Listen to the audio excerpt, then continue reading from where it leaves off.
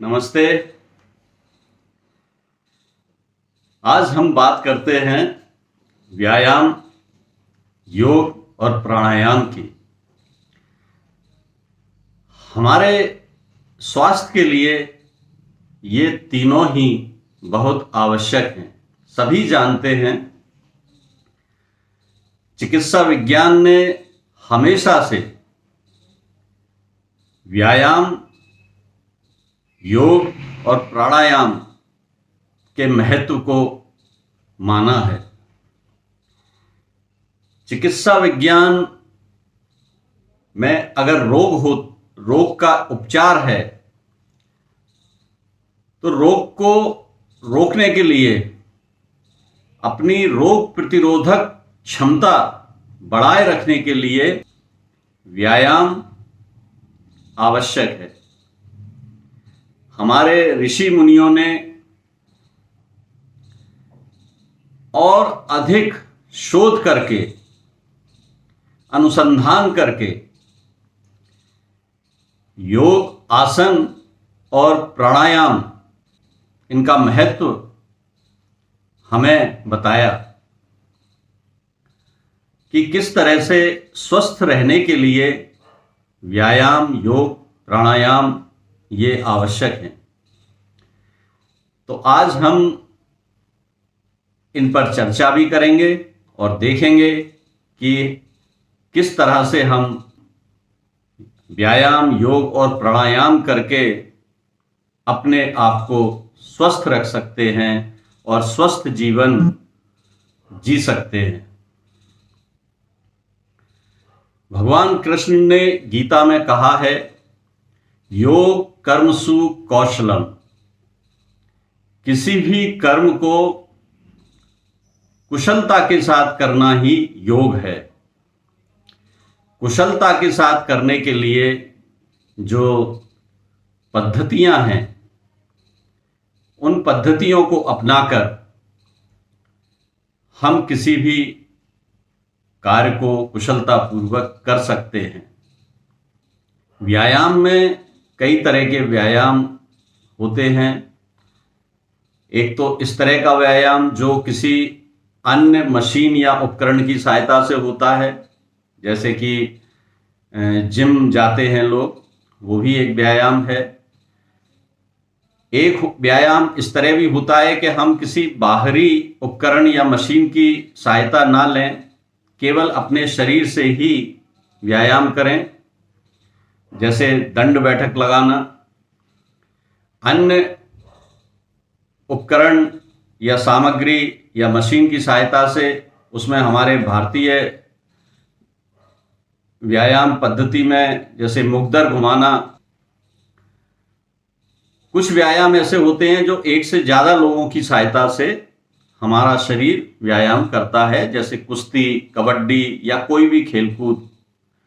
इसी तरह से टहलना, दौड़ना, नाचना या बगीचे में काम करना, ये भी व्यायाम के तरीके हैं।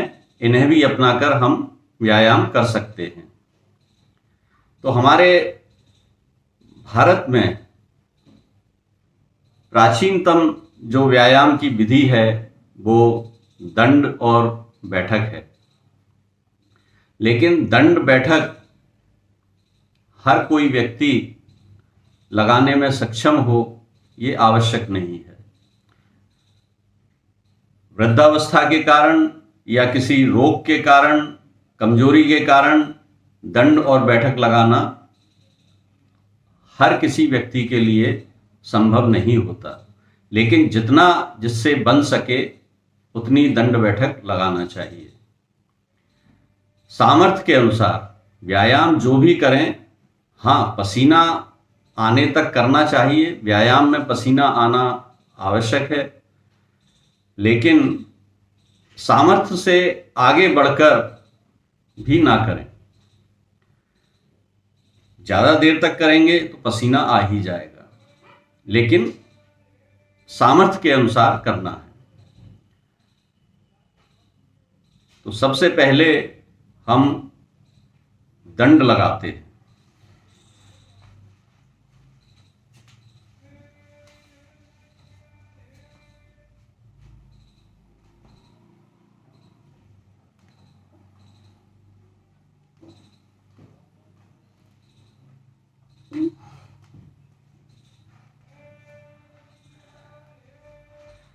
ये मैं प्रतीकात्मक बता रहा हूं।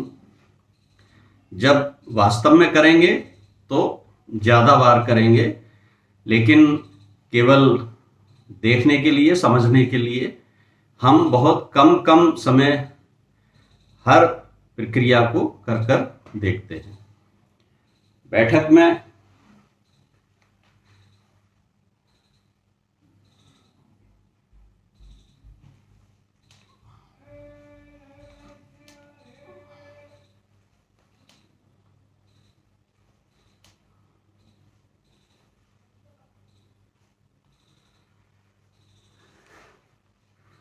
दंड और बैठक के कई अलग अलग प्रकार हैं। ये ज़्यादा व्यायाम करने वालों के लिए समझना सीखना आवश्यक है, तो मैं ज़्यादा प्रकार पर इसके नहीं जा रहा। मैं केवल सरल सरल विधियां आपसे चर्चा करना चाहता हूं। तो ये संपूर्ण व्यायाम है।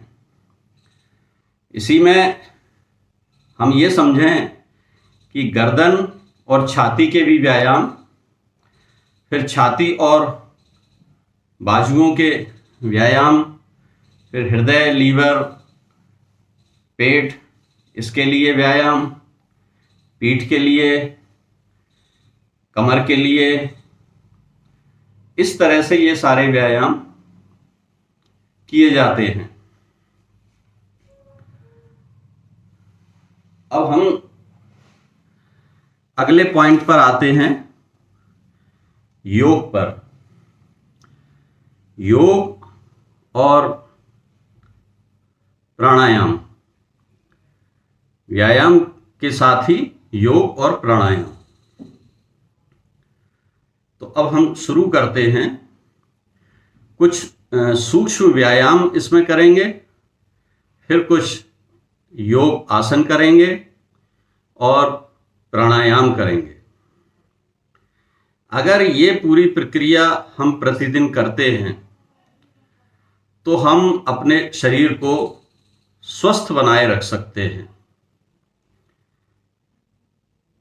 तो सबसे पहले हम जब प्रातः काल में उठते हैं, सूर्योदय से पहले अगर हम उठते हैं तो वो सबसे उपयुक्त समय है। और सूर्योदय के पहले उठकर अपनी दैनिक शौचादि प्रक्रिया से निवृत्त होकर हम व्यायाम, योग और प्राणायाम करेंगे तो वो ज़्यादा लाभदायक होगा।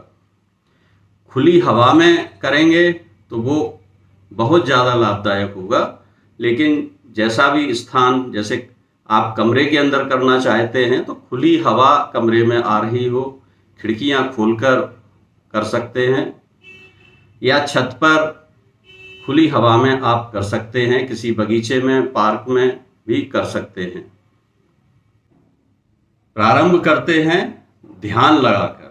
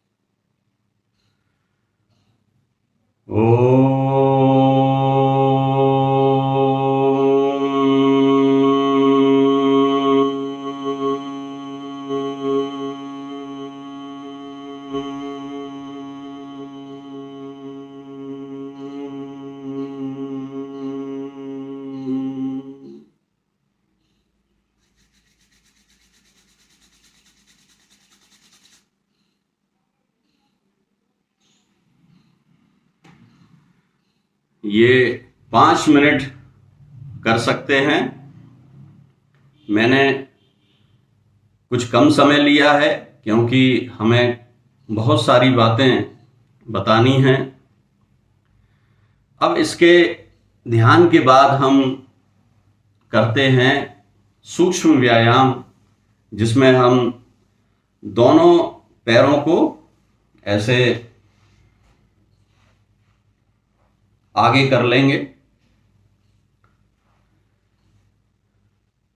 और इनको इस तरह से नीचे ऊपर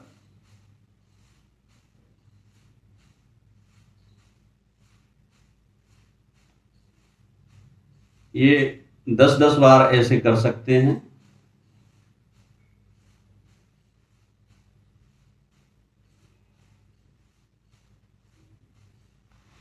खोल लेंगे, फिर ऐसे गोल गोल घुमाएंगे।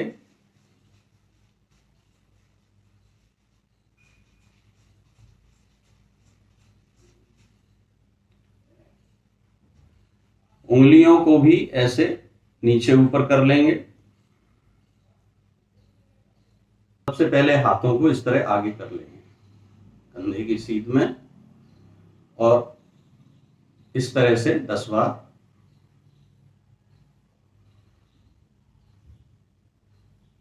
इसी तरह दाएं बाएं, पहले ऊपर नीचे, फिर दाएं बाएं, फिर मुट्ठी को बांध लेंगे।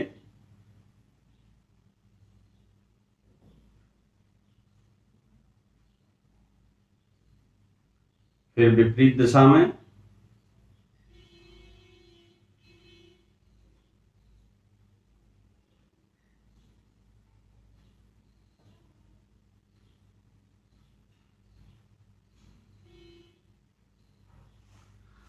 फिर ऐसे हाथ दोनों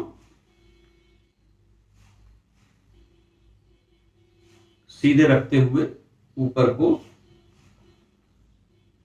पीछे जितने जा सके।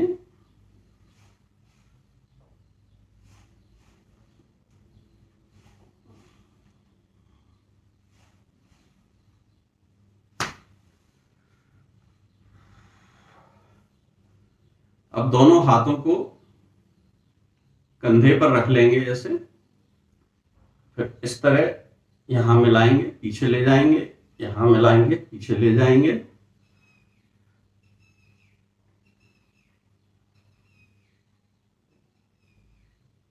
फिर ऐसे ऊपर नीचे उठाएंगे।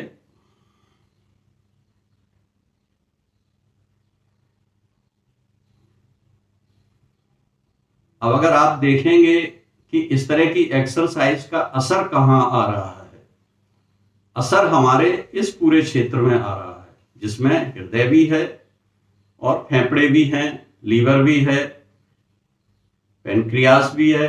ये सारी चीजें इस क्षेत्र में हैं। ये पूरा असर यहाँ आ रहा है। और ये पीछे जो रीढ़ का हिस्सा है ये वाला, और ये सर्वाइकल वाला, इस सब पर इसका प्रभाव पड़ रहा है। इस तरह से फिर गोल गोल घुमाएंगे।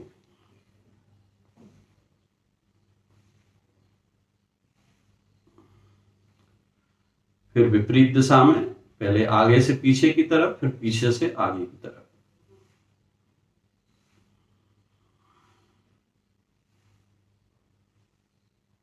अब ऐसे हाथों को कोहनी से मोड़कर पीछे को ले जाएंगे। पहले मुट्ठी बंद कर लेंगे,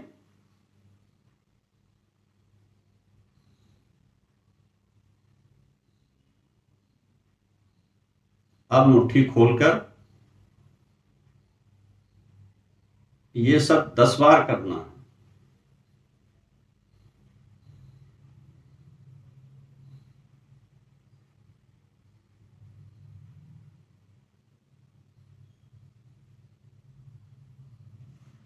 अब दोनों हाथों को ऐसे पीछे ले जाएंगे और ऊपर देखेंगे।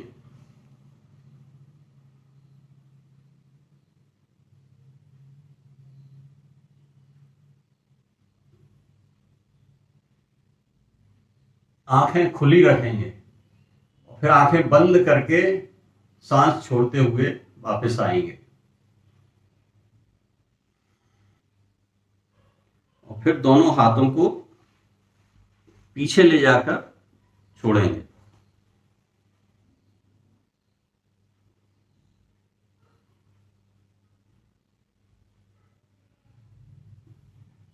गर्दन को पीछे ऊपर देखते हुए हाथों को ढीला छोड़ देंगे। अब हाथों को घुमाने की एक्सरसाइज करेंगे।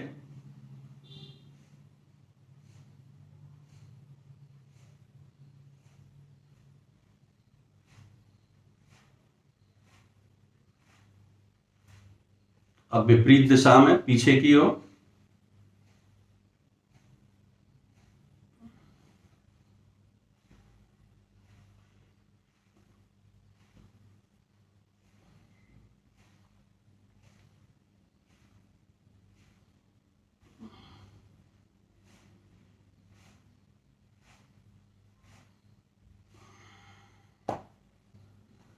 अब सांस को अंदर भरेंगे और ठोड़ी को यहां मिलाकर हाथों को ढीला छोड़ेंगे।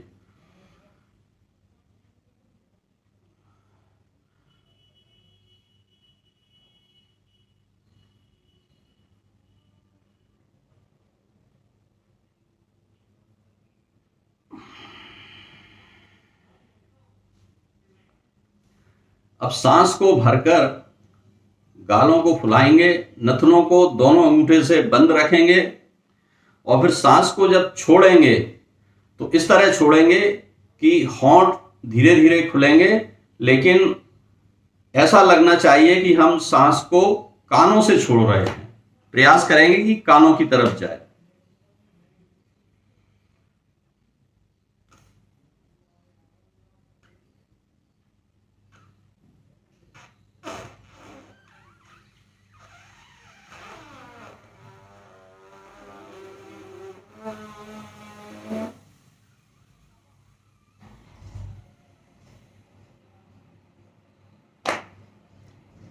ये हमारे कानों के लिए, मस्तिष्क के लिए, गालों के लिए, जबड़े के लिए एक एक्सरसाइज इससे हो जाती है।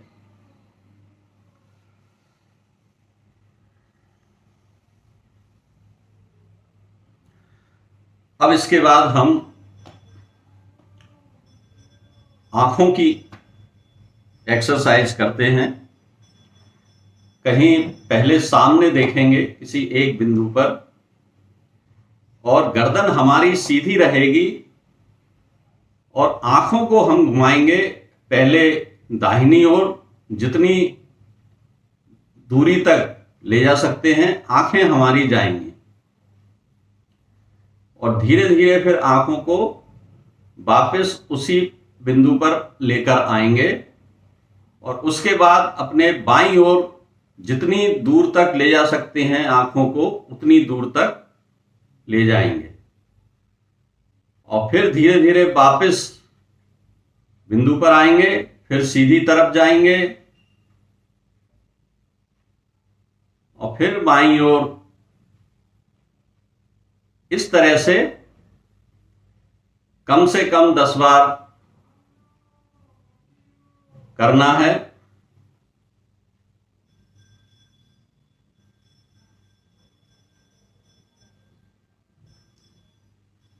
बाकी शरीर स्थिर रहेगा, केवल आंखों का मूवमेंट होगा। अब ये दाएं और बाएं के स्थान पर ऊपर और नीचे करेंगे। जितना ऊपर ले जा सकते हैं और जितना नीचे ले जा सकते हैं, ये कम से कम 20-20 बार करना चाहिए, क्योंकि आजकल सभी लोग आंखों का उपयोग जरूरत से ज्यादा कर रहे हैं। चाहे टीवी देखना हो, पढ़ना हो, लिखना हो, मोबाइल का इस्तेमाल तो सबसे ज्यादा हो ही रहा है। तो हमारी आंखें बहुत ज्यादा काम कर रही हैं, तो उनका व्यायाम बहुत आवश्यक है।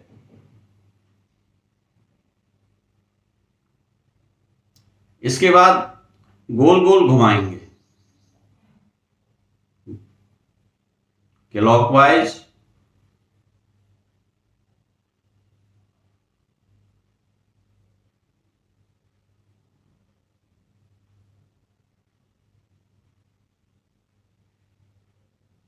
Anti clockwise. इसके बाद अंगूठे को सामने रखते हुए, जैसे सीधा हाथ, दायां हाथ हमने सामने रखा, अंगूठा ऊपर कंधे की सीध में, आंखों के स्तर तक अंगूठे की जो ऊपर का सिरा है उसको आंखों से देखेंगे और चेहरे को, गर्दन को स्थिर रखते हुए आंखों को हाथ के अंगूठे को देखते हुए और फिर इस तरह से वापस लाएंगे धीरे धीरे धीरे धीरे, और फिर बाईं ओर भी ले जाएंगे। आंखें मूवमेंट करेंगी अंगूठे के साथ धीरे धीरे।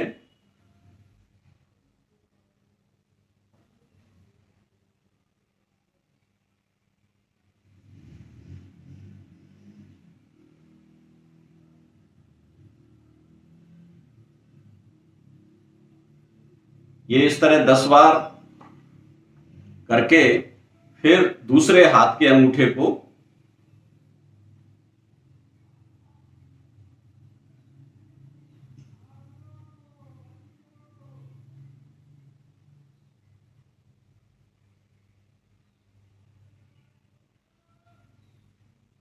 इसी तरह सूर्योदय के समय अगर हम एक्सरसाइज कर रहे हैं, योग प्राणायाम कर रहे हैं, तो उगते हुए सूर्य को देखकर भी हम त्राटक कर सकते हैं। जो उगता हुआ सूर्य होता है, बिल्कुल जब निकल रहा है, सूर्योदय हो रहा है, तो लगभग 2 मिनट का त्राटक हम सूर्य को देखकर कर सकते हैं। ये हुई आंखों की एक्सरसाइज। इसके बाद गर्दन का भी उपयोग बहुत आवश्यक है। गर्दन से ही हमारी सारी जो नस नाड़ियां हैं वो निकलती हैं। आजकल कुर्सी पर बैठकर या बैठे बैठे मोबाइल पर, लैपटॉप पर ज़्यादा काम करना पड़ता है, तो गर्दन हमारी ज़्यादातर झुकी रहती है, इसलिए गर्दन की एक्सरसाइज बहुत ज़रूरी है।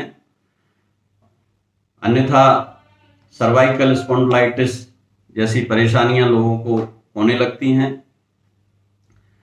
तो सबसे पहले गर्दन को पीछे करेंगे, ऐसे घुमाएंगे और आंखों को ऊपर देखेंगे।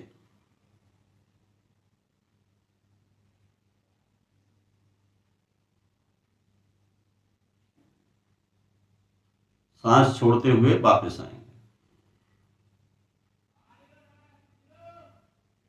सांस लेते हुए पीछे जाएंगे,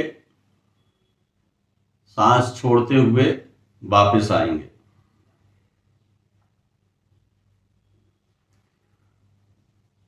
अब इसी तरह गर्दन को दाहिनी और बाईं ओर घुमाएंगे, धीरे धीरे ले जाएंगे।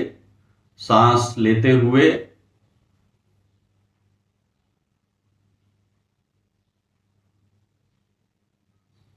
सांस छोड़ते हुए,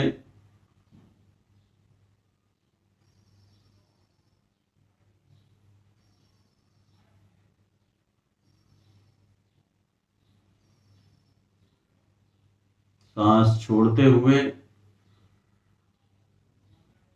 सांस लेते हुए, सांस छोड़ते हुए,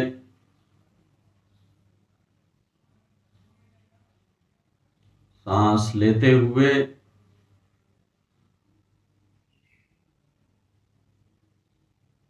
सांस छोड़ते हुए।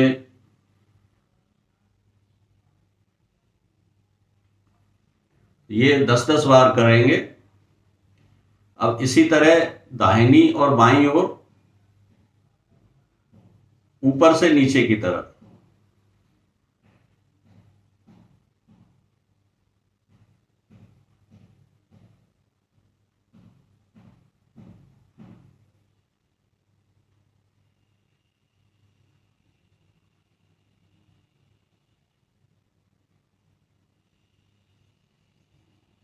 कंधे की तरफ जाएंगे सांस लेते हुए, वापस आएंगे सांस छोड़ते हुए।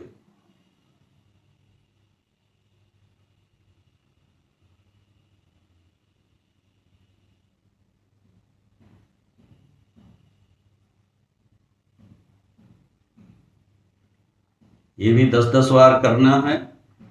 इसके बाद ऊपर नीचे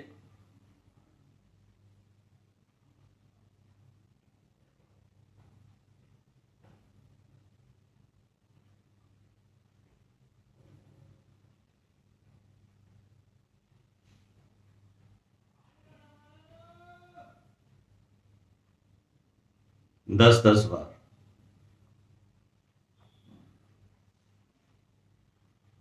इसके बाद गर्दन को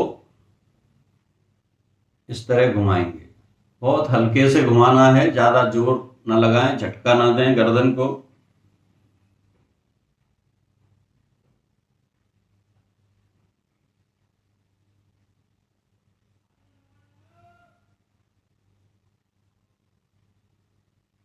जिनको चक्कर आते हों, सर्वाइकल स्पॉन्डिलाइटिस की समस्या हो, वो बहुत सावधानी से करें। अगर कोई दर्द या चक्कर महसूस हो तो ना करें।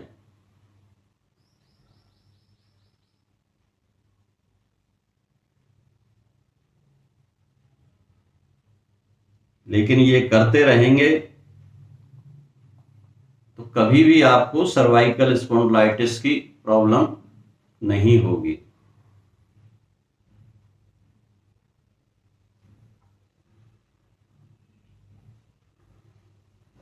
इसके बाद दोनों हाथों को इस तरह हथेलियों को बांधकर सिर के पीछे ले जाएंगे और सिर को पीछे की तरफ, हथेलियों की तरफ धक्का देंगे, हथेलियों को आगे की तरफ, मतलब दोनों में फोर्स लगेगा। तो इसका असर गर्दन की नसों पर आएगा।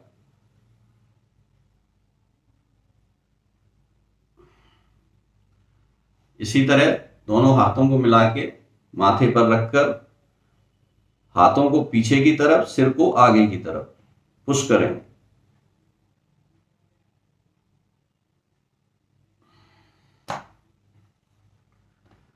इसी तरह इस हाथ को, दाएं हाथ को यहां लगाएंगे और सिर को हाथ की तरफ धक्का देंगे, हाथ को सिर की तरफ प्रेशर लगाएंगे।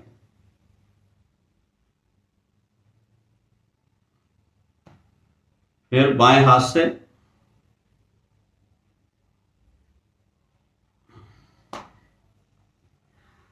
ये गर्दन की एक्सरसाइज हो गई। इसके बाद हम शशांक आसन करेंगे। शशांक आसन में इसी तरह वज्रासन में बैठे हुए दोनों हाथ हमारे पीछे और आगे को झुककर सिर को जमीन से लगा देंगे, हाथ दोनों आगे।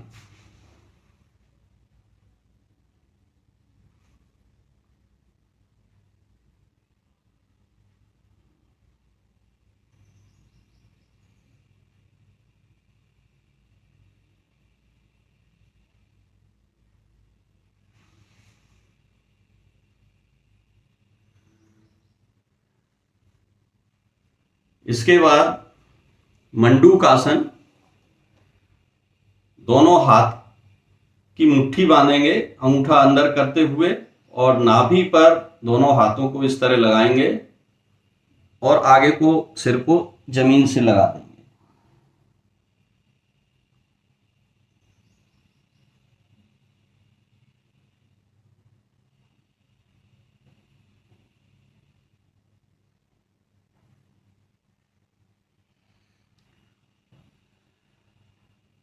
मंडूक आसन का एक दूसरा प्रकार है, हथेली को पहले बाएं हथेली नाभि के ऊपर रखेंगे, दाएं हाथ की हथेली बाएं हाथ की हथेली के ऊपर और उसी तरह सांस को बाहर छोड़ते हुए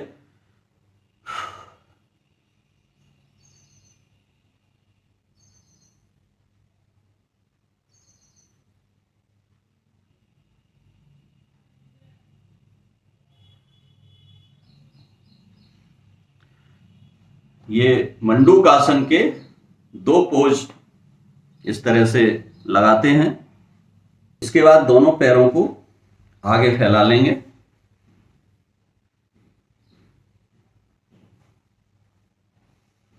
थोड़ा ब्लड सर्कुलेशन रुक जाता है पैरों में, तो थोड़ी देर उंगलियों को इस तरह चलाएंगे।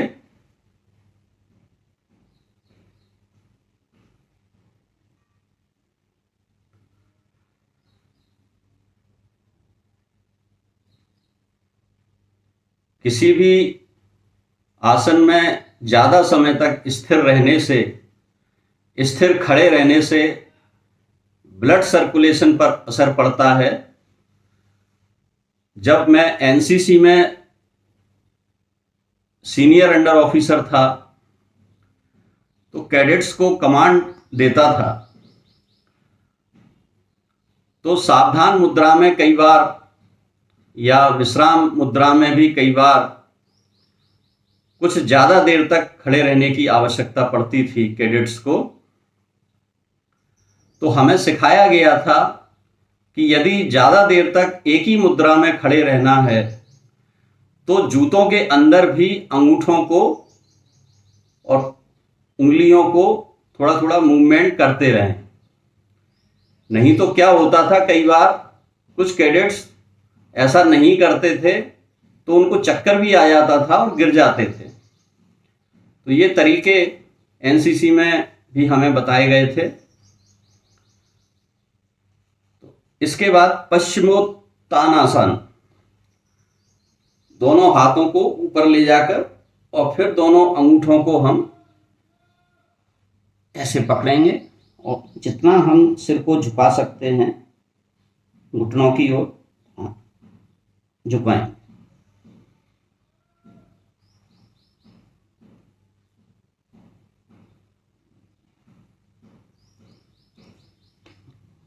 ये पश्चिमोत्तानासन।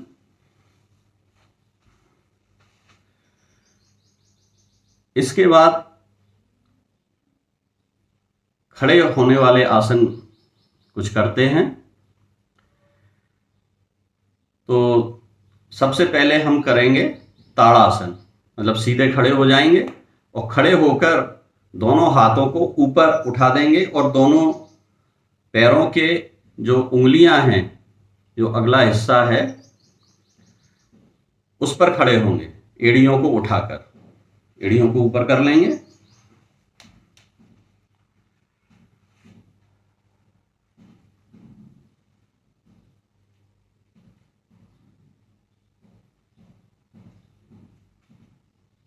अब ये आपको शायद दिखेगा नहीं इसमें,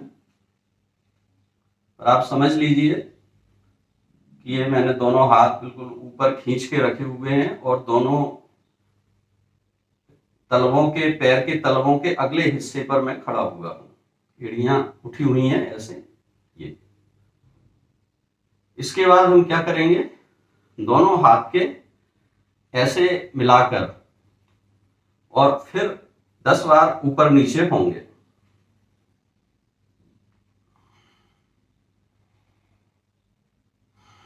सांस लेते हुए ऊपर, सांस छोड़ते हुए नीचे। इसी तरह हाथ दोनों बंधे हुए और दाहिनी ओर जाएंगे, फिर बाईं ओर जाएंगे।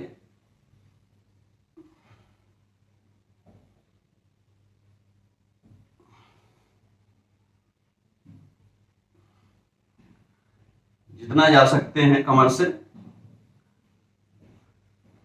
दाहिने हाथ को बाएं पैर के पंजे से लगाएंगे और बायां हाथ ऊपर करेंगे और ऊपर की ओर देखेंगे।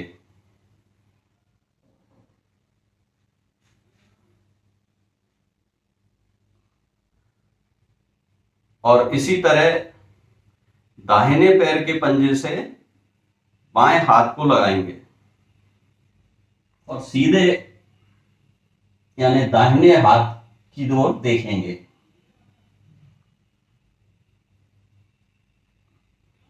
इस तरह 10-10 बार करना है।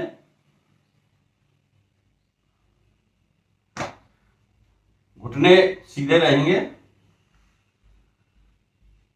इसके बाद एक वृक्षासन भी करते हैं। एक पैर पर खड़े होंगे, दूसरा पैर इस तरह जंघा से लगा के रखेंगे और दोनों हाथों को ऊपर रखेंगे मिलाकर, हाथ मिले हुए जैसे हाथ जोड़ते हैं, और ऊपर कान के पास से ऊपर की ओर जाएंगे।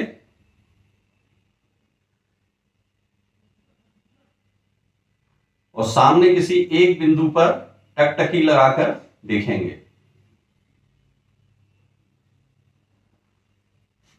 अब इसी तरह दूसरे पैर पर, पहले बाएं पैर पर खड़े हुए थे, अब दाहिने पैर पर खड़े होंगे।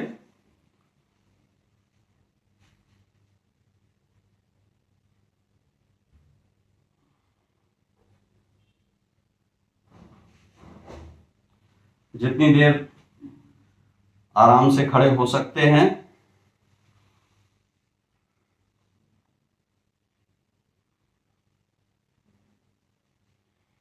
अब दोनों हाथों को पीछे ले जाकर कमर से पीछे की ओर झुकेंगे, जितना झुक सकते, गर्दन के पीछे, ऐसे 10 बार करेंगे।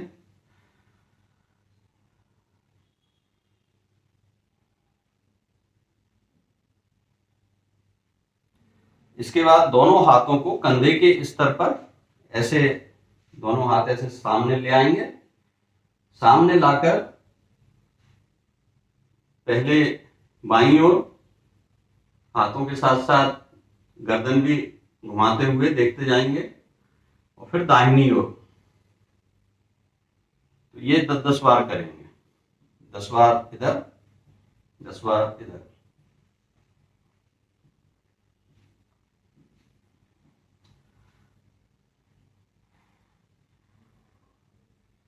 अब इसके बाद सूर्य नमस्कार करते हैं।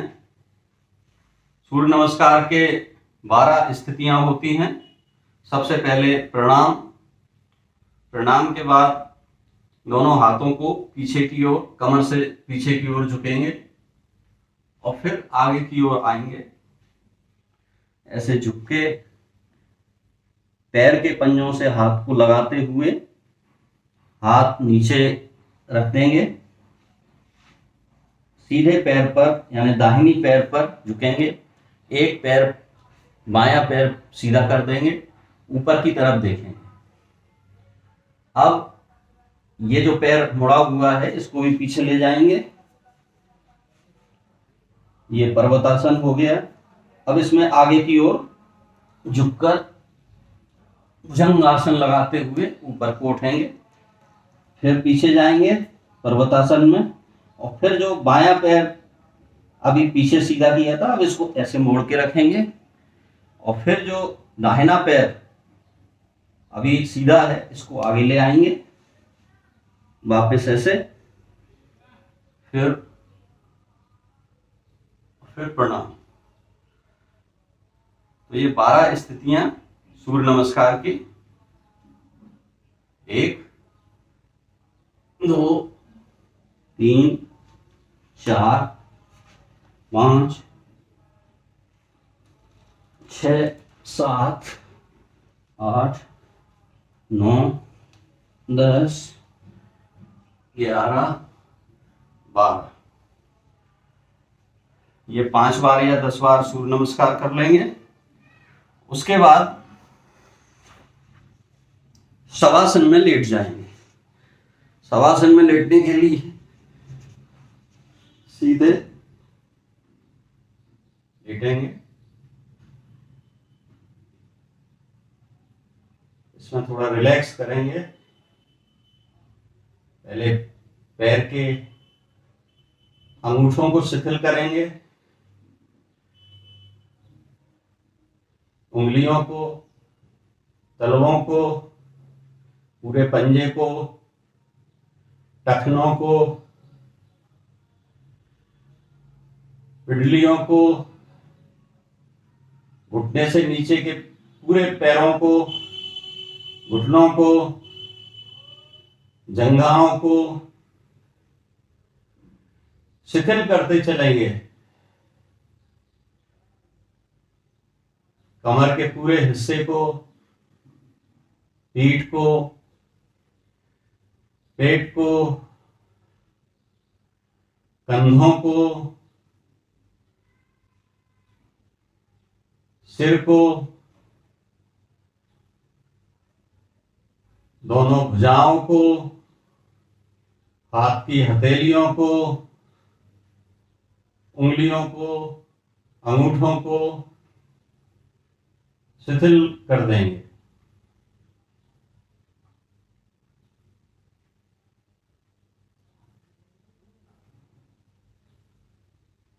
सांसों को सामान्य होने देंगे।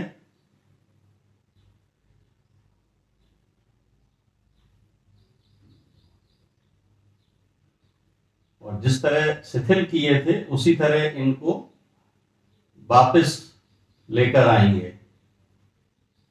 पैर के अंगूठों को, उंगलियों को, तलवों को, पूरे पंजों को, टखनों को, पिंडलियों को, घुटनों के नीचे के पैर के हिस्से, दोनों जंघाएं, कमर का पूरा क्षेत्र, पीठ, पेट,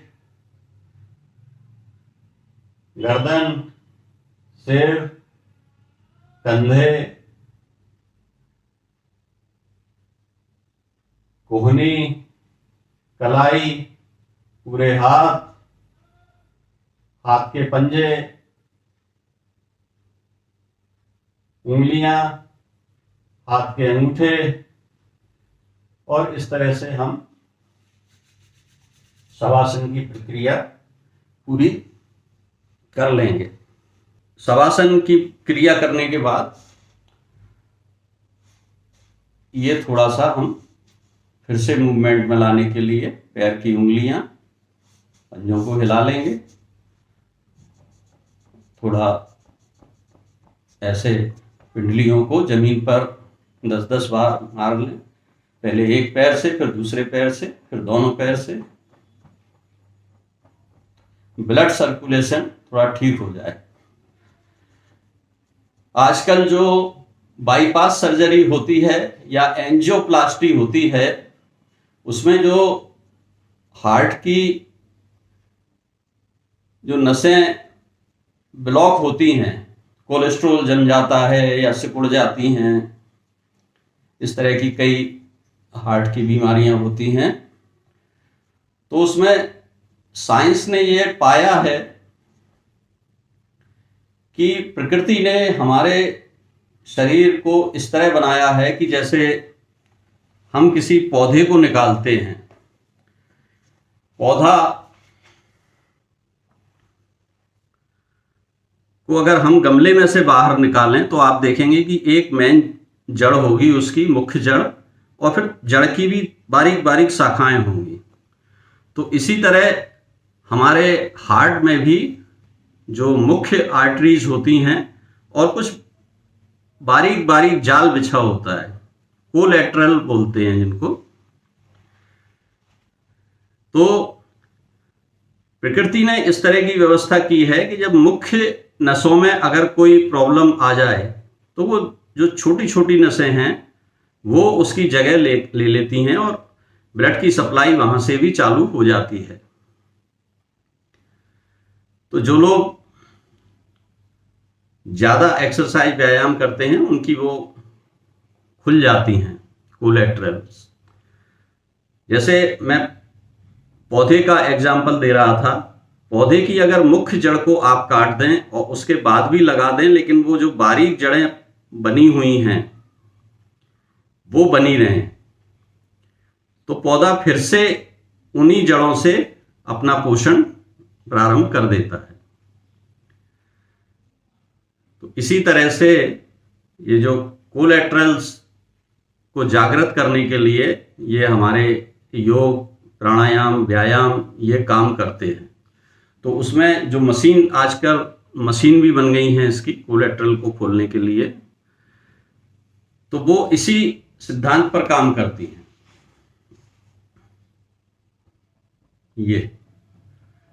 ये इस तरह अगर हम करेंगे तो ये ब्लड सर्कुलेशन थोड़ा बढ़ेगा और उन तक भी पहुंचेगा।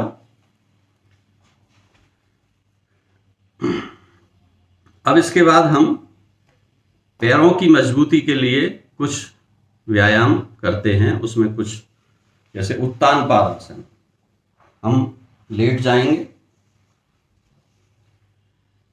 और एक पैर ऐसे सीधा उठा के रखेंगे, फिर दूसरा पैर,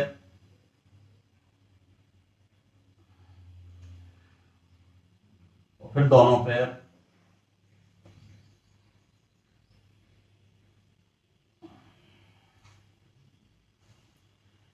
ये उत्तान पादासन। अब इसमें हम एक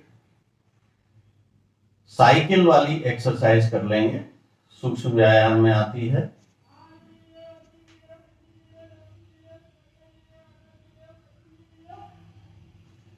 अब विपरीत दिशा में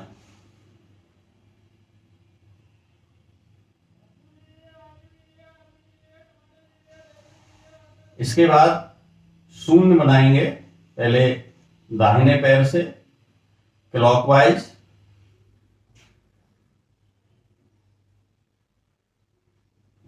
फिर एंटी क्लॉकवाइज,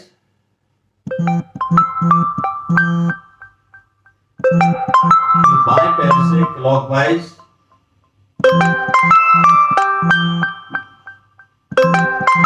एंटी क्लॉकवाइज,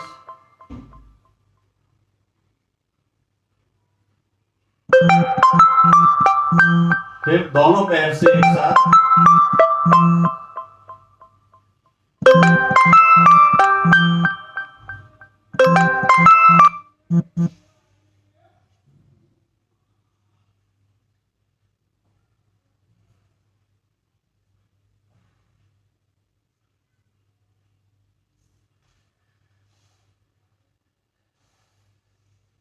इसके बाद पवन मुक्तासन। पहले दाहिने पैर को मोड़ेंगे, घुटने से पकड़ेंगे ऐसे और नाक को घुटने से लगाएंगे,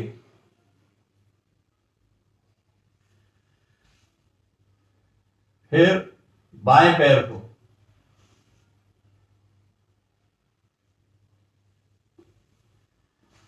इसके बाद दोनों पैरों को एक साथ,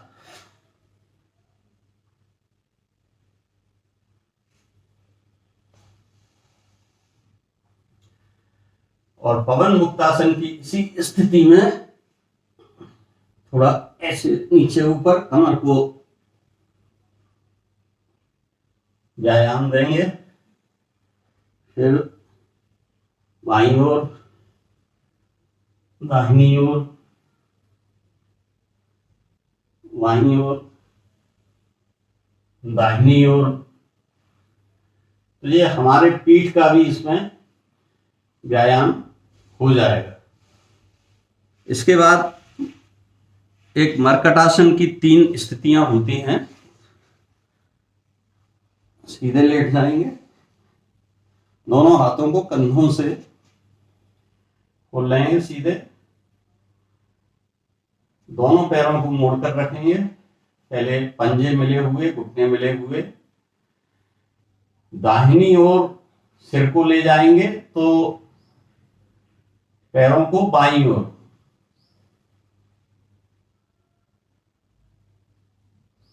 सिर को बाईं ओर लाएंगे, पैरों को दाहिनी ओर।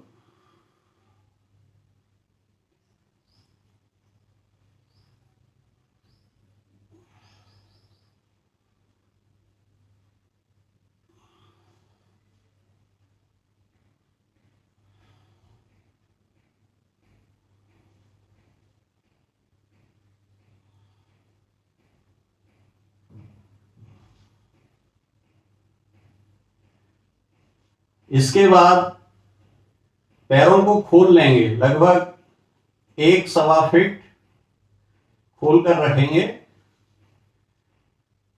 और इसी तरह पैरों को बाईं ओर, सिर को दाहिनी ओर। इस स्थिति में घुटना, दाहिने पैर का घुटना बाएं पैर के पैर से टच करेगा, दोनों तरफ करना है। ये दूसरी स्थिति है मर्कटासन की। तीसरी स्थिति में सिर को दाहिनी ओर ले जाएंगे तो दाहिना पैर बाएं हाथ से लगाने की कोशिश करेंगे, जहां तक जा सके। इसी तरह सिर को बाईं ओर ले जाएंगे और बायां पैर दाहिने हाथ की ओर जितना जा सके।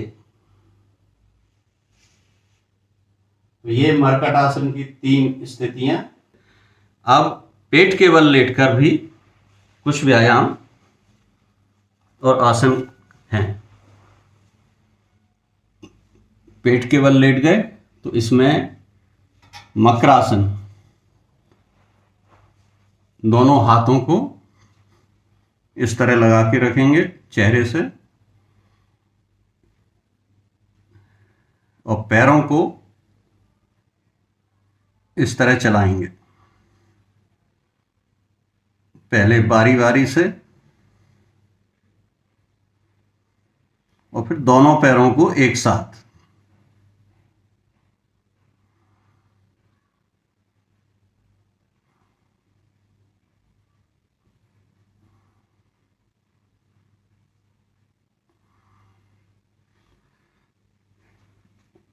पेट के बल लेटकर भुजंगासन,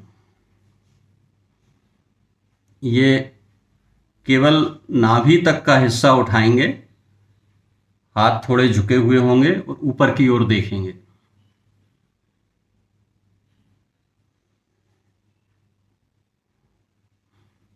बाद बायां हाथ हथेली खुली हुई नीचे रखेंगे, दायां हाथ उसके ऊपर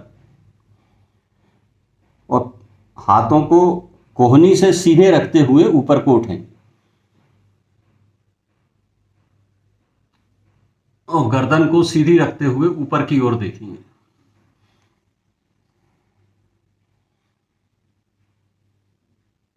ये भुजंगासन का दूसरा पोज।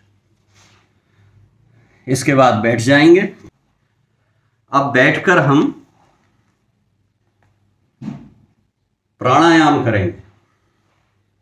प्राणायाम बहुत ज्यादा आवश्यक है, क्योंकि प्राण ही जीवन है, प्राण में ही ईश्वर हैं, प्राण है तो सब कुछ है। प्राण जब तक है शरीर में तब तक शरीर होता है, प्राण निकल जाते हैं फिर कुछ नहीं बचता। तो प्राण ऑक्सीजन के रूप में है, लेकिन ऑक्सीजन के अंदर भी एक प्राण शक्ति होती है। तो वो प्राण शक्ति परमेश्वर से मिलती है, परमात्मा से मिलती है। तो उस प्राण शक्ति को महसूस करते हुए हम प्राणों को अपने नियंत्रण में छोड़ेंगे, लेंगे। तो श्वास का लेना छोड़ना एक नियंत्रित गति में, ये अगर हमको आ गया तो हमारा शरीर, क्योंकि शरीर को चाहिए प्राणवायु, प्राणवायु यानी ऑक्सीजन। ऑक्सीजन जो बाहर एटमॉस्फेयर में, वातावरण में जो वायु है उसमें लगभग 21% ऑक्सीजन होती है, बाकी दूसरी गैस होती हैं। और वही 21% हमारा शरीर उसमें से अलग कर लेता है और उस 21% से हमारा शरीर बहुत अच्छे से काम करता है। शरीर में 72,864 नाड़ियां हैं, करोड़ों कोशिकाएं हैं। तो जिस तरह ये हमारे शरीर के बाहर ब्रह्मांड है, इस ब्रह्मांड को ही हम ईश्वर का एक रूप मानते हैं। उसी तरह हमारा शरीर भी एक ब्रह्मांड की तरह है और इस शरीर के अंदर जो करोड़ों कोशिकाएं हैं वो भी अलग अलग एक जीवन है। उनकी एक जैसे कॉलोनी है, एक सिटी है, एक कंट्री है, वो पूरा है, क्यों करोड़ों कोशिकाएं हैं। और वो सब एक दूसरे पर निर्भर हैं। जैसे हम भी समाज में, देश में एक दूसरे पर निर्भर रहते हैं, उसी तरह हमारी कोशिकाएं भी अंदर एक दूसरे पर निर्भर रहती हैं और उन सभी को प्राणवायु, ऑक्सीजन की आवश्यकता है। हर कोशिका तक ऑक्सीजन पहुंचती रहे, इसके लिए अगर हम प्राणायाम का अभ्यास करते हैं तो हम अपने शरीर को स्वस्थ रख सकते हैं। प्राणवायु शरीर की हर कोशिका तक पहुंचाने के लिए हमारी श्वास नली होती है, नासिका छिद्र हैं। नासिका छिद्र से जो भी सांस हम लेते हैं वो श्वास नली से होती हुई फेफड़ों में पहुंचती है। फेफड़ों में से ऑक्सीजन हमारे जो ब्लड की कैपिलरीज होती हैं वो ऑक्सीजन को अंदर ले जाती हैं, कार्बन डाइऑक्साइड बाहर छोड़ जाती हैं। कार्बन डाइऑक्साइड फेफड़ों से वापस नासिका से बाहर निकलती है, प्राणवायु पहुंचती है, उसमें से ऑक्सीजन को फेफड़े अलग करके ब्लड को पहुंचा देते हैं। ब्लड पूरे शरीर की कोशिकाओं तक ऑक्सीजन की आपूर्ति कर देता है। ये एक सिस्टम है। तो अभी जो सामान्य श्वास की गति हमारी चलती है उसमें हम अपने फेफड़ों का, अपनी श्वास नली का, अपनी नासिका का एक सामान्य उपयोग कर पाते हैं। लेकिन हमारे ऋषि मुनियों ने जो शोध अनुसंधान करके जो प्राणायाम हमें दिए हैं, उन प्राणायामों के माध्यम से हम उस प्राणवायु का अधिकतम उपयोग कर सकते हैं। तो सबसे पहले हम करते हैं, पहले प्राणायाम करने के लिए किस आसन में बैठना है, तो जिनका इस तरह पद्मासन लग जाता है, ये दोनों पैरों को इस तरह रख लेते हैं, रीढ़ सीधी होना चाहिए और इस तरह ये ध्यान मुद्रा में हम इस तरह बैठ जाते हैं। और सबसे पहले हम करते हैं भस्त्रिका। भस्त्रिका जैसे भट्टी होती है, तो उसमें फेफड़ों में सांस को भरेंगे और छोड़ेंगे, भरेंगे छोड़ेंगे, एक लय में, एक गति में।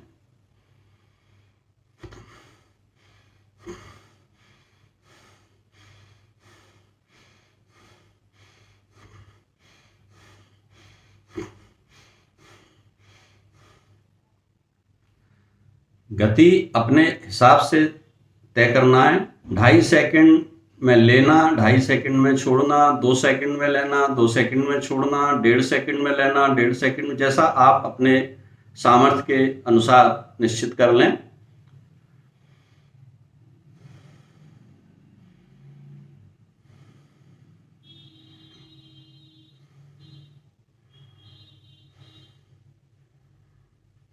पाँच मिनट करेंगे। ये भस्त्रिका है। इसके बाद बाह्य प्राणायाम। बाह्य प्राणायाम में क्या करेंगे, पूरी सांस को बाहर छोड़ देंगे और उसके बाद बंद लगाएंगे। मूल बंद जो गुदा क्षेत्र में होता है, उसके बाद उड्डयन बंद और जालंधर बंद, ये लगा के रखेंगे। मतलब पेट इसमें पूरा अंदर खिंच जाएगा क्यों, सांस पूरी हम बाहर छोड़ चुके होंगे। और जालंधर बंद इस तरह लगा के और फिर थोड़ी देर रुके रहेंगे, मतलब कुंभक लग जाएगा।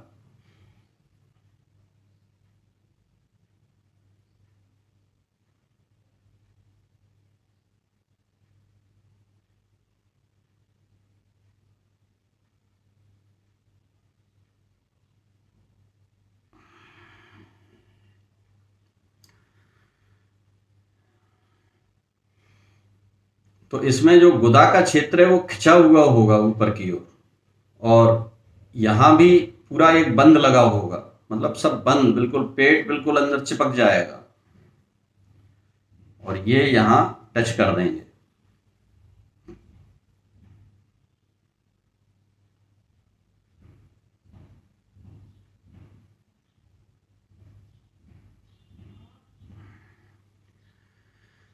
ये बाह्य प्राणायाम। एक अग्निसार क्रिया भी होती है जो खड़े होकर भी की जाती है, उसमें नौली भी उसके बाद होती है। इसको बैठे बैठे करने के लिए जैसे सांस छोड़ देंगे और फिर सांस छोड़ने के बाद पेट को मूवमेंट देंगे, पेट को आगे पीछे दाएं बाएं इस तरह घुमाएंगे।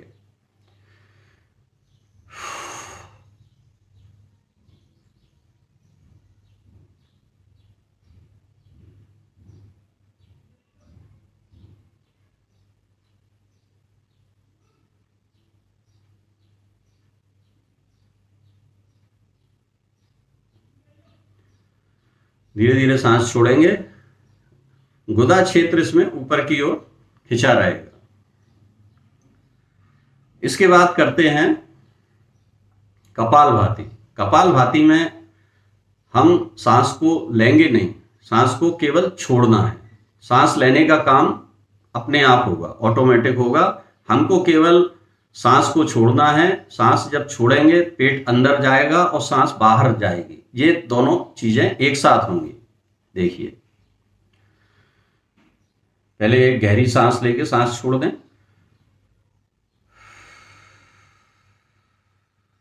अब करते हैं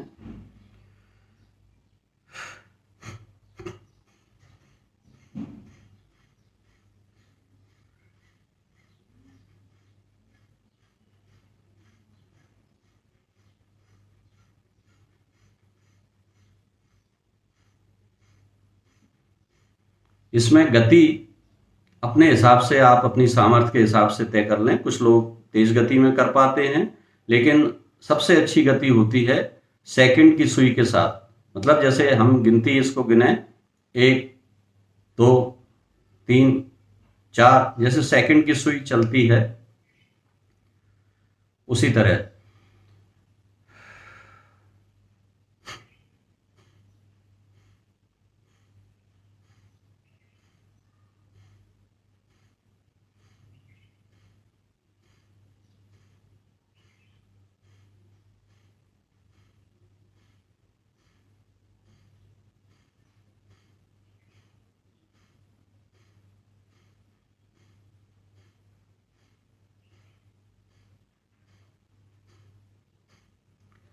कम से कम 5 मिनट और लगभग 10 मिनट भी अगर करें तो बहुत अच्छी ये प्राणायाम की विधि है।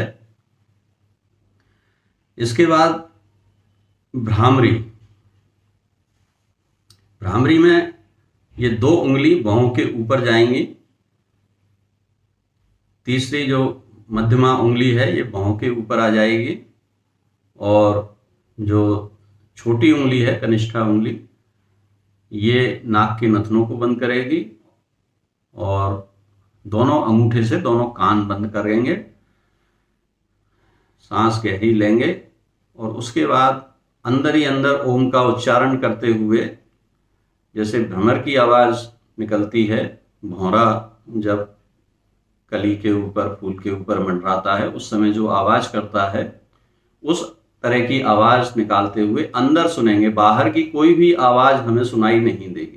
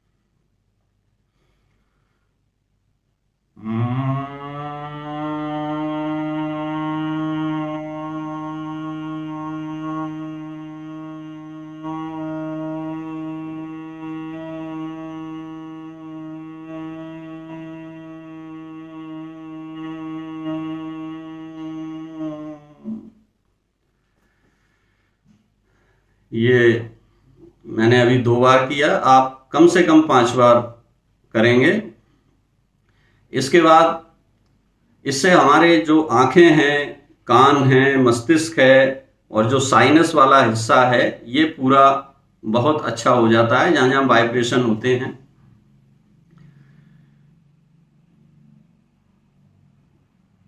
इसके बाद उज्जयी, थायराइड, गला, टॉन्सिल और ये जो श्वास नली, स्वर यंत्र, इन सब के लिए ये उज्जयी प्राणायाम बहुत अच्छा प्राणायाम है। इसमें क्या करते हैं, जैसे खर्राटे जब आते हैं ना, तो वो इसी प्रक्रिया में आते हैं। तो खर्राटे आना अच्छी बात नहीं होती, उसमें खर्राटे ना आए इसके लिए भी ये उज्जयी प्राणायाम काम करता है। तो इसको, क्यों खर्राटे जब आते हैं, आप लेटने वाली मुद्रा में होते हैं, तब आपका जो जो हिस्सा बंद नहीं होना चाहिए वो बंद होने लगता है, तो इसलिए वो आवाज आती है।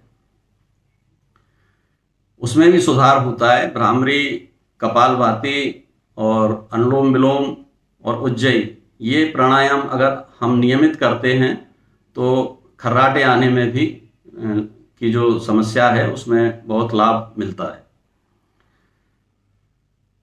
तो इसमें जब सांस लेंगे तो सांस को गले के हिस्से से टच करते हुए इस तरह जाएगी कि आवाज निकलेगी।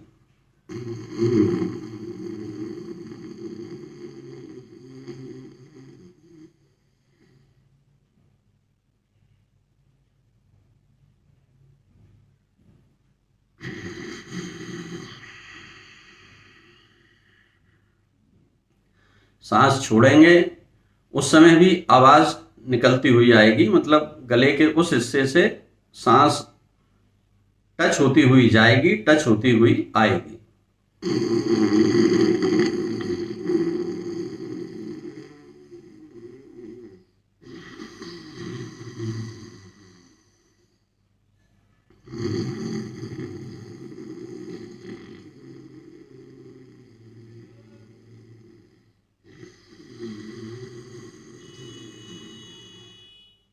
ये भी 10-10 बार करना है। इसके बाद हमारे श्वास प्रश्वास को सामान्य करने के लिए, एक संतुलन बनाने के लिए, जो इड़ा, पिंगला और सुषुम्ना नाड़ी होती हैं, जैसे बाएं दाएं और दोनों को मिला के बीच इनके ऐसे स्वर होते हैं, चंद्र, सूर्य, तो ये इनको जागृत करने के लिए हम अनुलोम विलोम करते हैं। इसमें बाएं नासिका से श्वास लेंगे और दाहिनी नासिका से छोड़ेंगे, फिर दाहिनी नासिका से लेंगे, बाईं नासिका से छोड़ेंगे। ये क्रम चलता रहेगा और बाईं से शुरू करेंगे, बाईं पर समाप्त करेंगे इस प्राणायाम को। तो इसमें वायु मुद्रा लगा लें, ये अंगूठे के यहाँ पर ये उंगली, और इस तरह दाहिना नथुना नासिका ऐसे बंद करेंगे और बाईं नासिका से सांस लेंगे।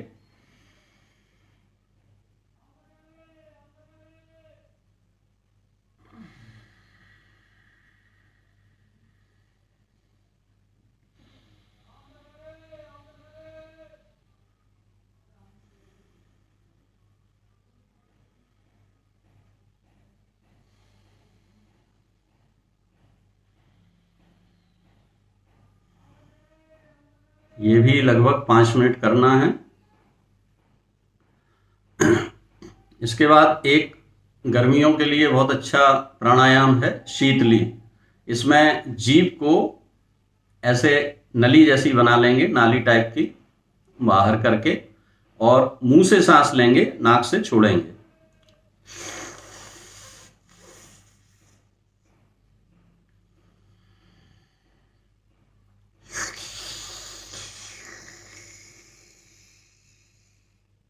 इससे ठंडक महसूस होती है। इसी तरह एक शीतकारी होता है, उसमें दोनों दांतों को दांतों के ऊपर नीचे बंद रखते हुए जीभ को दांतों से टच करके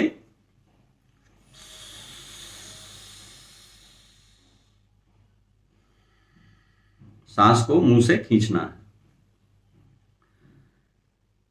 इसके बाद मैं आपको एक अपनी स्वयं की मौलिक तकनीक आपको बता रहा हूं कि आप आसन को से बाहर आकर पैरों को थोड़ा फैला लें।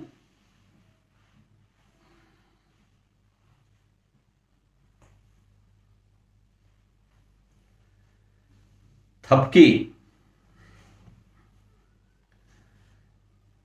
जो कोलैटरल और फेफड़ों को जागृत करने के लिए, स्वस्थ करने के लिए, हृदय को, फेफड़ों को और शरीर की सारी कोशिकाओं को, जो करोड़ों कोशिकाएं हैं, हम थपकी आसन का उपयोग करेंगे।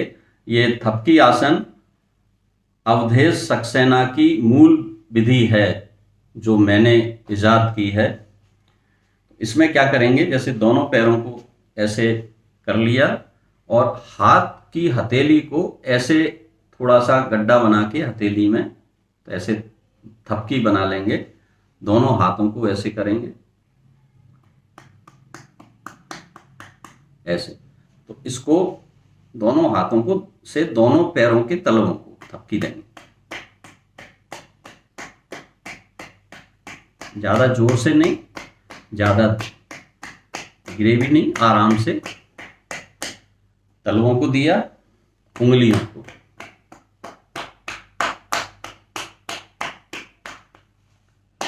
टखनों को, दोनों तरफ।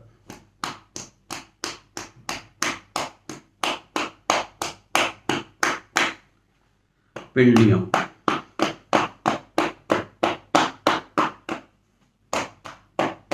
10-10 बार कम से कम, 50-50 बार ज्यादा अच्छे के लिए। घुटनों को, घुटनों के नीचे के हिस्से को,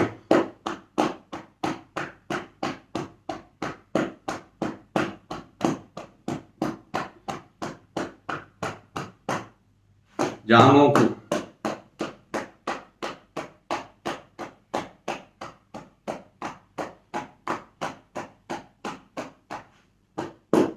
जांघों के नीचे के हिस्से को,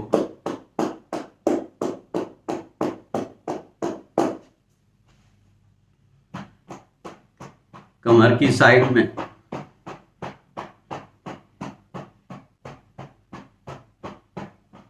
पेट पर,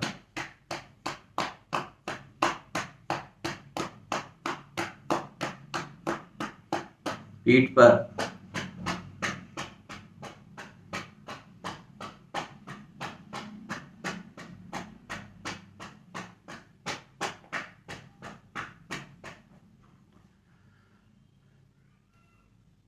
अब कंधों पर एक दूसरे की तरफ।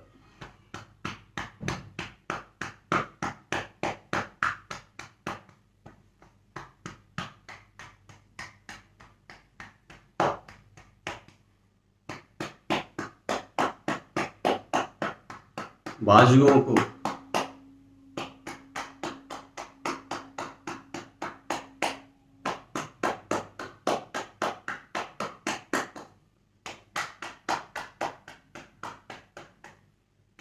घुटने को,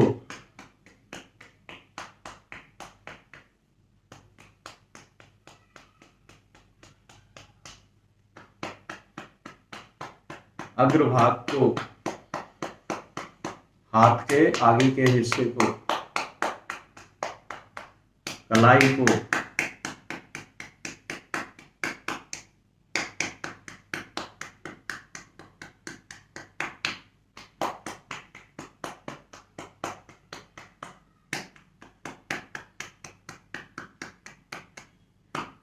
दोनों हाथों को,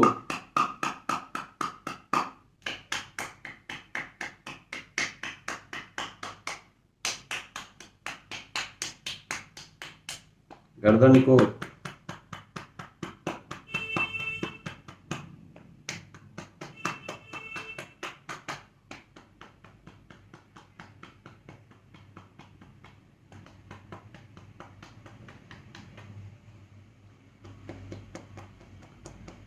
कानों के दोनों साइड,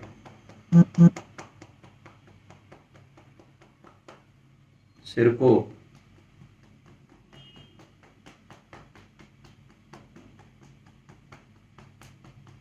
पूरे सिर में पूरा क्षेत्र कवर हो जाए। माथे को, आंखों को, चेहरे को, ठोड़ी को,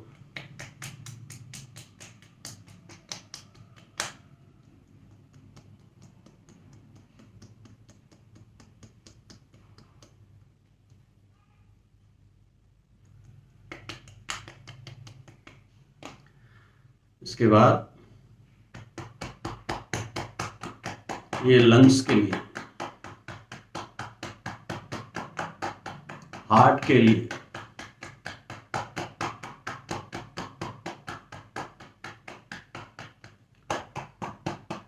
किडनी, पेनक्रियास, लीवर,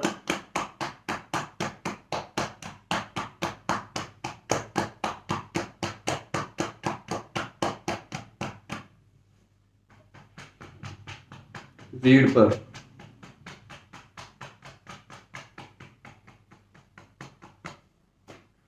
ये थपकी आसन, इससे आपके फेफड़े, आपका हार्ट, आपका मस्तिष्क, इन सब के जो कोलेटरल्स होते हैं, जो हिस्सा आमतौर पर उपयोग में नहीं आ रहा है, उस हिस्से को भी हम तैयार कर देते हैं कि आवश्यकता पड़ने पर वो हिस्सा भी काम करने लगे। आप देखते हैं कि कोई व्यक्ति कितनी देर सांस रोक पाता है। जैसे प्राणायाम में ही एक ब्रीथिंग एक्सरसाइज जो होती हैं, उसमें सांस को देर तक रोकना, बाहर रोकना या अंदर रोकना, पूरक, रेचक और कुंभक प्राणायाम में ये होते हैं। तो पूरक यानी सांस जब भरी जाती है अंदर, कुंभक सांस को रोककर रखा जाता है, रेचक सांस को छोड़ना। तो पूरक और रेचक के बीच में कुंभक हम अंदर भी लगा सकते हैं और बाहर का भी कुंभक लगा सकते हैं। तो जैसे अंदर का कुंभक लगाते हैं, अगर कोई, जैसे अभी आप लोग कई मैसेज चल रहे थे कि 10 सेकंड, 15 सेकंड, 20 सेकंड अगर सांस कोई नहीं रोक पा रहा, सांस तेज चल रही है, तो यानी उसकी फेफड़ों में कुछ समस्या आ गई है। होता क्या है कि फेफड़े का जो ये डायफ्राम के नीचे वाला हिस्सा है, उसका उपयोग हम लोग आमतौर पर नहीं करते, लेकिन जो लोग प्राणायाम करते हैं वो इस हिस्से का उपयोग उनका अपने आप होने लगता है, मतलब सांस उसमें भर जाती है। एक स्पाइरोमीटर होता है, मैंने अपने एक दूसरे वीडियो में उसकी जानकारी आपको दी है। स्पाइरोमीटर में 600, 900 और 1200 सीसी की 3 बॉल ऊपर उठाई जाती हैं सांस खींचकर। तो अगर किसी के फेफड़े ऊपर तक ही काम कर रहे हैं तो वो 600 सीसी यानी एक बॉल उठा पाता है। अगर किसी के 900 सीसी की क्षमता फेफड़ों में है तो 2 बॉल ऊपर उठ जाती हैं, और 1200 सीसी अगर क्षमता है तो 3 बॉल ऊपर उठ जाती हैं।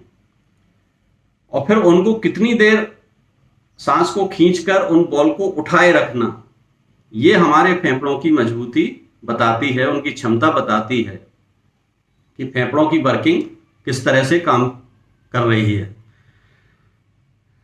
तो सांस लेंगे और छोड़ेंगे, ये एक ब्रीथिंग एक्सरसाइज कर लीजिए।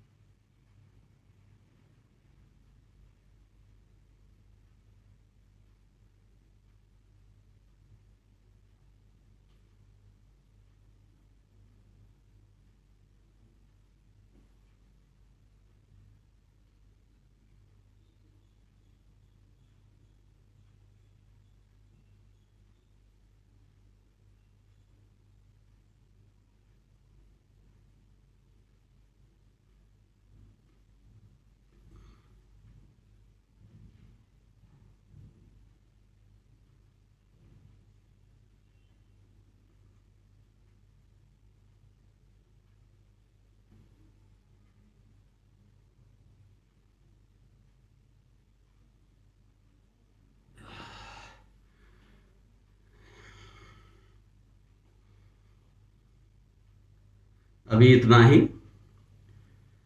मैं जो कुंभक लगाता हूँ वो लगभग 1.25 मिनट 1.5 मिनट के बीच में भी लगा लेता हूँ। फेफड़ों के नीचे वाले हिस्से का भी उपयोग हो जाता है। फेफड़ों की क्षमता बढ़ाने के लिए आप शंख बजाने का भी काम कर सकते हैं, गुब्बारे फुला सकते हैं, स्ट्रॉ से पानी में बुलबुले उठा सकते हैं, चूल्हे में जैसे फुकनी से फूंक मारते थे, फूंक मार सकते हैं, मोमबत्तियां सामने जलाकर उनको दूर से बुझा सकते हैं। ये एक्सरसाइज भी कर सकते हैं। और ये सब करने की कोई ज़रूरत नहीं है। अगर हम ये जो प्राणायाम अभी कर रहे थे इनको अगर करते हैं तो भी हमारे फेफड़े की क्षमता हम बढ़ा सकते हैं। एक प्लावन प्राणायाम और होता है, उसमें जैसे पद्मासन में बैठकर, ये अभी मैं सुखासन में बैठा हूँ, पद्मासन में पहले आपको बताया था। आप पद्मासन ना लगे तो सुखासन में बैठ के भी ये सारे प्राणायाम जो अभी बताए थे वो कर सकते हैं। प्लावन में जैसे तैरना, तो उसमें क्या होता है कि जैसे सांस को हम अभी फेफड़े में ले जाते हैं, लेकिन हवा को, जो हम हवा ले रहे हैं, सांस ले रहे हैं, इसको खाने की तरह गटक जाएं, पेट में ले जाएं, तो ये हमारे पेट में भर जाएगी हवा। और इसको डकार से या पवन मुक्तासन लगा के बाहर बाद में निकाला जा सकता है। तो जितनी देर ये पेट में भरी रह सकती है, जो अपन बाहर से हवा ले जाएं, तो वो हवा अगर हमारे पेट में है तो हमारा शरीर बहुत हल्का हो जाता है।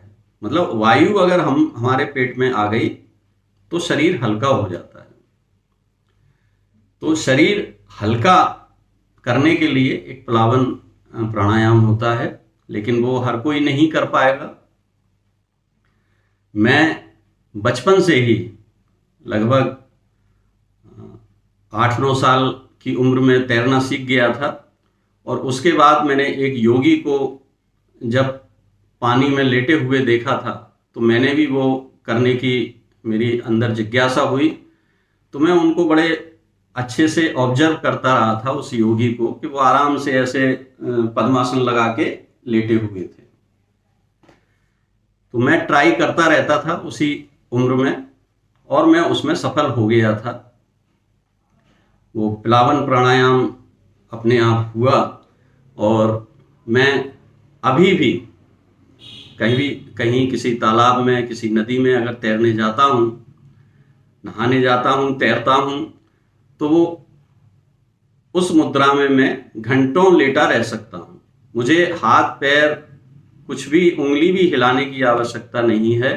मैं कितना भी गहरा पानी हो उसमें आराम से पद्मासन की मुद्रा में पीठ के बल पानी के ऊपर लेटा रह सकता हूँ कितने भी समय, क्योंकि मुंह बाहर रहेगा, सांस आती जाती रहेगी। मुझे कुछ भी ऐसा अंतर नहीं लगेगा कि मैं किसी गहरे पानी के ऊपर लेटा हूँ। मुझे तो ऐसा लगेगा जैसे मैं पानी के गद्दे पर आराम कर रहा हूँ। तो ये भी सब प्राणायाम का फल है। तो ये इस तरह से प्राणायाम हम करेंगे।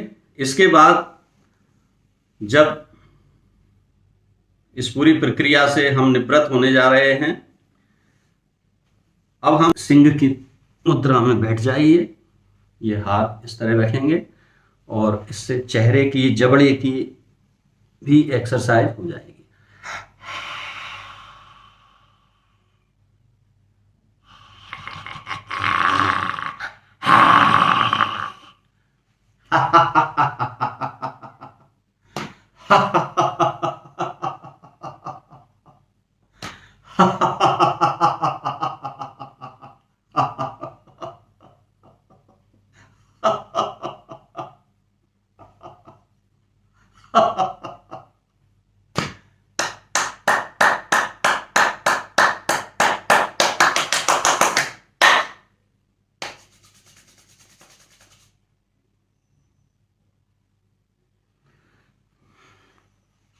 इसके बाद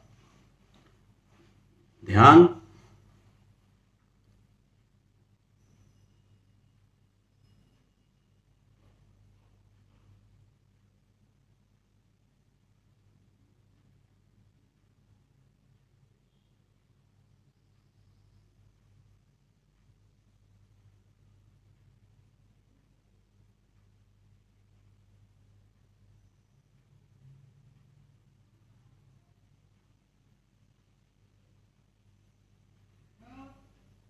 उद्गीत।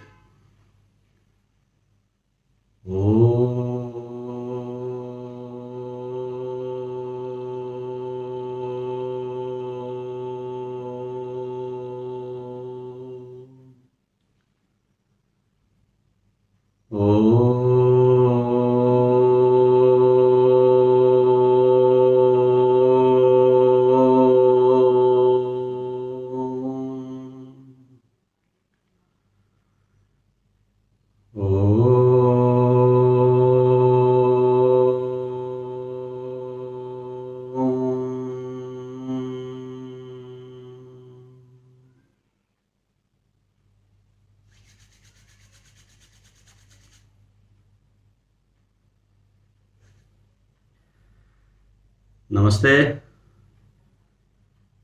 जय हिंद, जय भारत, वंदे मातरम।